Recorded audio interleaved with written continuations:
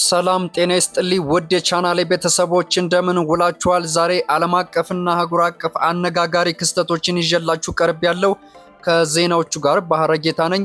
ቻናሌ አዲስ የሆናችሁ ቤተሰቦች ሰብስክራይብ በማድረግ እንዲሁም ቪዲዮውን ላይክ እና ሼር በማድረግ ለብዙዎች እንዲደርስ አድርጉት። ወደ ዝርዝር መረጃው እንሄዳለን። አብራችሁን ቆዩ። በምስራቅ አፍሪካዊቷ ሀገር ኬንያ ዋና ከተማ ናይሮቢ ከፍተኛ የጸጥታ ውጥረት ነግሷል። የሀገሪቱ ፖሊስ ሰራዊት ወደ ማዕከላዊ ናይሮቢ ወይም ሲቢዲ የሚወስዱ ዋና ዋና መንገዶችን፣ የፕሬዝዳንቱ ቤተ መንግስትና የፓርላማ ህንፃ አካባቢዎችን በብረት ሽቦ አጥር በልዩ ጥበቃ ኃይል ሙሉ በሙሉ መዝጋቱ ታውቋል።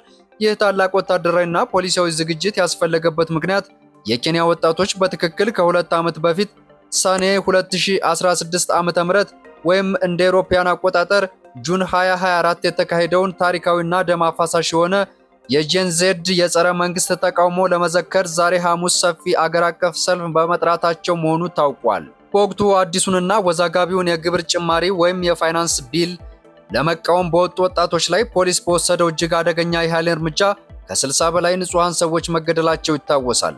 ዛሬ ወደ አደባባይ የወጡት ለሰልፈኞቹና ለተጎጂ ቤተሰቦች ይህን የፖለቲካ ሰልፍ ሳይሆን የሰማዕታት መታሰቢያ ነው በማለት ህይወታቸውን ላጡ ወጣቶች ፍትህ እንዲሰጥና በወቅቱ ትዕዛዝ በሰጡት የመንግስት መሪዎች ላይ ተጠያቂነት እንዲሰፍን በጽኑ እየጠየቁ ይገኛሉ። ምንም እንኳን የፕሬዝዳንት ዊሊያም ሩቶ አስተዳደር ዛሬ መደበኛ የሥራ ቀን መሆኑንና ሰራተኞች ወደ ሥራ ገብተው እንዲወጡ ቢገለጽም በናይሮቢ አብዛኞቹ ትላልቅ የንግድ ተቋማትና የውጭ ድርጅቶች ተዘግተው መዋላቸው ታውቋል።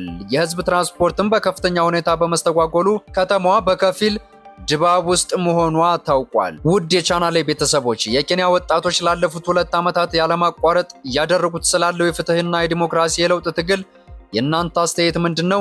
ይህን እንቅስቃሴ ለሌሎች የአፍሪካ ሀገራትስ ምን አይነት ትምህርት ይሰጣል? በኮሜንት አጋሩኝ። በምስራቅ አፍሪካ የሚከሰቱ ወቅታዊና ፈጣን መረጃዎችም የማቀርብላችሁ ይሆናል። ሌላኛው የዓለም አቀፍ ሰበር ዜናችን ከአሜሪካ የሀገሪቱ ከፍተኛ ጠቅላይ ፍርድ ቤት የፕሬዝዳንት ዶናልድ ትራምፕ አስተዳደር ጥገኝነት ፈላጊዎችን በአሜሪካና በሜክሲኮ ድንበር መስመር ላይ በአካል በመከልከልና በመግፋት ወደ ሀገር ውስጥ እንዳይገቡ እንዲያግድ ሙሉ ህጋዊ ፍቃድ መስጠቱ ታውቋል።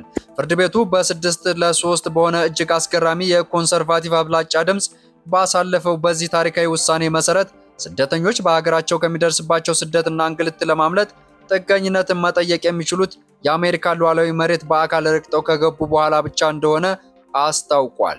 ይህ ማለት ግን የድንበር ጠባቂዎች ወኪሎች ስደተኞችን ድንበሩን ሳይሻገሩ በሜክሲኮ በኩል እንዳሉ በኃይል መመለስ ይችላሉ ማለት እንደሆነ ታውቋል። ይህ የሜትሪንግ በመባል የሚታወቀውና በትራምፕ የመጀመሪያው የስልጣን ዘመን በከፍተኛ ሁኔታ ተግባራዊ ሲደረግ የነበረው ፖሊሲ አሁን ባለው የትራምፕ ሁለተኛ የስልጣን ዘመን በከፍተኛ የህግ አካል እውቅና አግኝቶ በህጋዊ መንገድ እንደገና በከፍተኛ ጥብቅነት እንዲቀጥል ትልቅ በር ከፍቷል ተብሏል። ውሳኔው በትራምፕ የኢሚግሬሽን ፖሊሲ ላይ የተመዘገበ ታላቅ ድል ተደርጎም ሲቆጠር፣ በሌላ በኩል የዓለም አቀፍ የሰብአዊ መብት ተሟጋቾችና የተባበሩት መንግስታት ስደተኛ ድርጅት ውሳኔ በድንበር አካባቢ ላይ ከፍተኛ በፊት ታይቶ በማይታወቅ ሁኔታ የሰብአዊ ጤናና የደህንነት ቀውስ ያስከትላል ሲሉ በጽኑ እያወገዙት ይገኛሉ። ይህ በእንዲህ እንዳለ በትራምፕ አስተዳደር የቀረበውና በመቶ ሺዎች የሚቆጠሩ ስደተኞችን ከሀገር በኃይል ከማባረር በጥላነት የሚጠብቃቸው የነበረውን የቲፒኤስ ወይም የጊዜያዊ ጥበቃ ፕሮግራም ሙሉ በሙሉ እንዲያበቃና እንዲሰረዝ መፍቀዱ ፍርድ ቤቱ ባሳለፈው በዚህ ውሳኔ መሰረት የዶናልድ ትራምፕ አስተዳደር ለሃይቲና ለሶሪያ ዜጎች በሀገሪቱ ባለው የጦርነትና የተፈጥሮ አደጋ ምክንያት ተሰጥቶ የነበረውን ህጋዊ የመኖሪያና የሥራ ፍቃድ ጥበቃ የሚያቋርጥ ሙሉ በሙሉ መብት ማግኘቱም ታውቋል። ይህ ውሳኔ በአሜሪካ በሰላም ይኖሩ የነበሩ ከ350 ሺህ በላይ የሃይቲና ከ6 ሺህ በላይ ሶሪያ ዜጎች ህይወት በቀጥታ ወደ ከፍተኛ ቀውስ መክተቱም ታውቋል። በጠቅላይ ፍርድ ቤቱ የኮንሰርቫቲቭ አብላጫ ድምፅ የጸደቀው ይህ ውሳኔ የሃይቲና የሶሪያ ዜጎች ብቻ ሳይሆኑ በቀጣይም በአሜሪካ የሚገኙ ከ1 ሚሊዮን በላይ የሌሎች ሀገር የቲፒኤስ ተጠቃሚዎች ከፍተኛ ስጋትና ፍርሃት ውስጥ መገኘታቸውም ታውቋል። የትራምፕ አስተዳደር ይህን ጥበቃ በማንሳት ወደ ሀገራቸው ለመመለስ ሰፊ ዝግጅት እያደረጉ መሆኑም ተረጋግጧል። ወደ መካከለኛው ምስራቅ ጦርነት ስንመለስ የመካከለኛው ምስራቅ ጦርነት እሳት ወደ አደገኛ ምዕራፍ ተሸጋግሯል። የዓለም የነዳጅ ዝውውር በሚቆጣጠረውና እጅግ ስትራቴጂካዊ በሆነው የሆርሙዝ ቦይ ላይ በኢራንና በኦማን መካከል ታይቶ የማይታወቅ አዲስ ወታደራዊና ዲፕሎማሲያዊ ውጥረት በከፍተኛ ፈንድቷል። የኢራን ብሔራዊ ደህንነት ምክትል ኃላፊ ጄኔራል ጋዲር ኔታኒም ለሀገሪቱ የፕሬስ ቲቪ በሰጡት ይፋዊ መግለጫ በአሜሪካና በእስራኤል በኢራን መካከል በተቀሰቀሰው መጠነ ሰፊ ጦርነት ወቅት የኢራን ሚሳኤሎችና ድሮኖች ኢላማ ያደረጉት በፋርስ ባህረ ሰላጤ ሀገራት ውስጥ የሚገኙትን የአሜሪካ ወታደራዊ መሰረቶችንና ካምፖችን ብቻ እንደነበረ በይፋ ቢያስታውቁም ኢራን የአካባቢው ሀገራት የመውረር ፍላጎት እንደሌላትም ገልጸዋል። ነገር ግን ውጥረቱን ይበልጥ ያባባሰውና አዲስ መደናጋጥን የፈጠረው የኦማን ሱልጣኔት መንግስት ከጎረቤቷ ኢራን ጋር ምንም አይነት ቅድመ ምክክርና ስምምነት ሳታደርግ በሆርሙዝ ቦይ ላይ አዲስ ጊዜያዊ የባህር ኮሪደር ወይም የመርከብ መተላለፊያ መስመር በድንገት ማወጇ ነው። የኦማን ውሳኔ የኢራን ወታደራዊ እንቅስቃሴ የሚገድብና የአሜሪካን የጦር መርከቦች በቀላሉ እንዲንቀሳቀሱ በር የሚከፍት ነው ተብሎለታል። ቴህራንም በከፍተኛ ሁኔታ ያስቆጣ ጉዳይ ሆኖ ተሰምቷል። የሆርሙዝ ስትሬት በዓለም አቀፍ ላይ ከሚንቀሳቀስ የነዳጅ ዘይት ውስጥ ሲሶ የሚጠጋው የሚያልፍበት ወሳኝ የደም ስር በመሆኑ ይህ በኦማንና በኢራን መካከል የተፈጠረው አለመግባባት በዓለም አቀፍ የነዳጅ ገበያ ላይ ከፍተኛ የዋጋ መናርና የፖለቲካ ስጋት እያነገሰ ይገኛል ተብሏል።